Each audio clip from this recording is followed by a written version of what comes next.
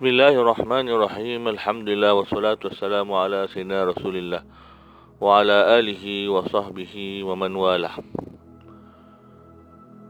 Alhamdulillah, kita sudah berada di hampir masuk ke penghujung 10 Ramadan yang terakhir.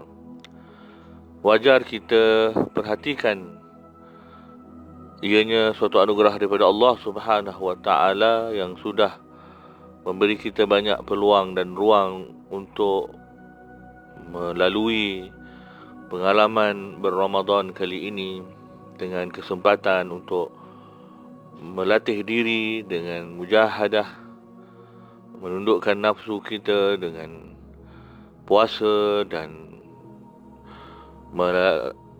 memanfaatkan masa dengan ketaatan kepada Allah Subhanahu wa taala, dengan mengisi masa-masa kita dengan puasa dan qiyam, mendirikan solat pada malam hari dengan tarawih dan sebagainya. Ini semua adalah peluang daripada Allah Subhanahu wa taala yang kita patut syukuri selama peluang yang sudah kita isikan dengan kebaikan ini. Tinggal lagi 1/3 untuk kita sempurnakan. Mudah-mudahan dengan lebih menyempurnakan peluang itu dengan memaksimumkan manfaat yang ada kita perolehi daripada 1/3 yang terakhir ini untuk mencapai misi kita menjadi insan yang lebih sempurna. Kita ini diberi oleh Allah Subhanahu wa taala masa dan tempat yang mulia.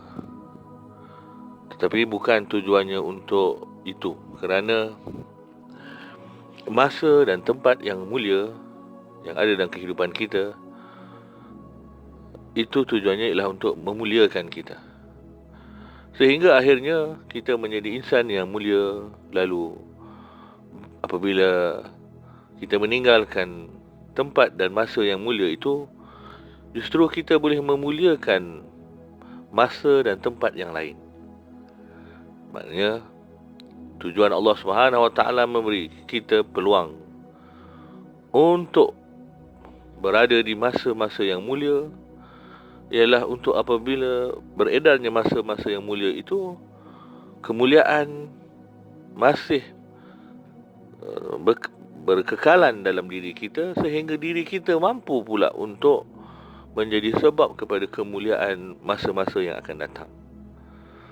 Begitu juga tempat yang mulia, tujuannya ialah untuk memberi kemuliaan kepada diri kita, sehingga apabila kita meninggalkan tempat itu, maka diri kita masih membawa kemuliaan tersebut.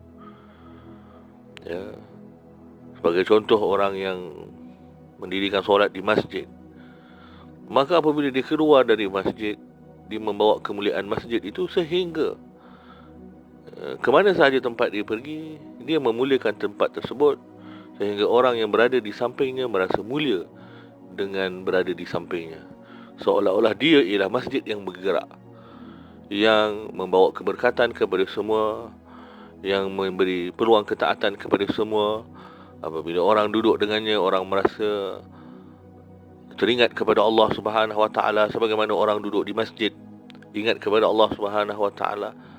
Begitu tempat yang mulia seharusnya memuliakan insan, sehingga dia boleh memuliakan tempat-tempat yang lain ataupun menjadi sebab kemuliaan pada tempat-tempat yang lain. Begitu juga masa. Orang yang mendapat manfaat masa bulan Ramadan, maka Ramadan seharusnya memuliakan dirinya, lalu kekal nilai kemuliaan Ramadan dalam dirinya. Walaupun berlalu bulan Ramadan, dia sudah mempunyai kemuliaan Ramadan, iaitu ketakwaan misalnya. La'allakum tattaqun. Apabila dia sudah keluar daripada bulan Ramadan ataupun Ramadan berlalu pergi, karakteristik Ramadan masih ada dalam dirinya, sehingga apabila orang nak datang kepada dia dan ingin melakukan perkara-perkara yang haram sebagaimana sebelum-sebelum itu, sudah tidak lagi ingin melakukannya.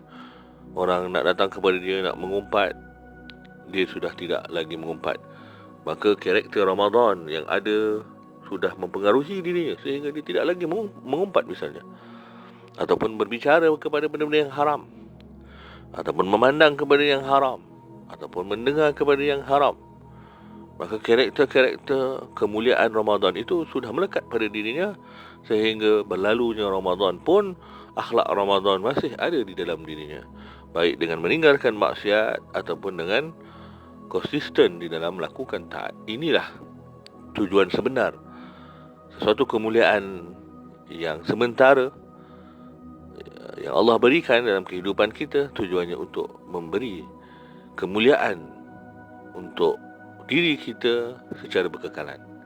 Maka kita ambil peluang Ramadan ini untuk memuliakan diri kita dengan masa yang mulia ini, Ramadan.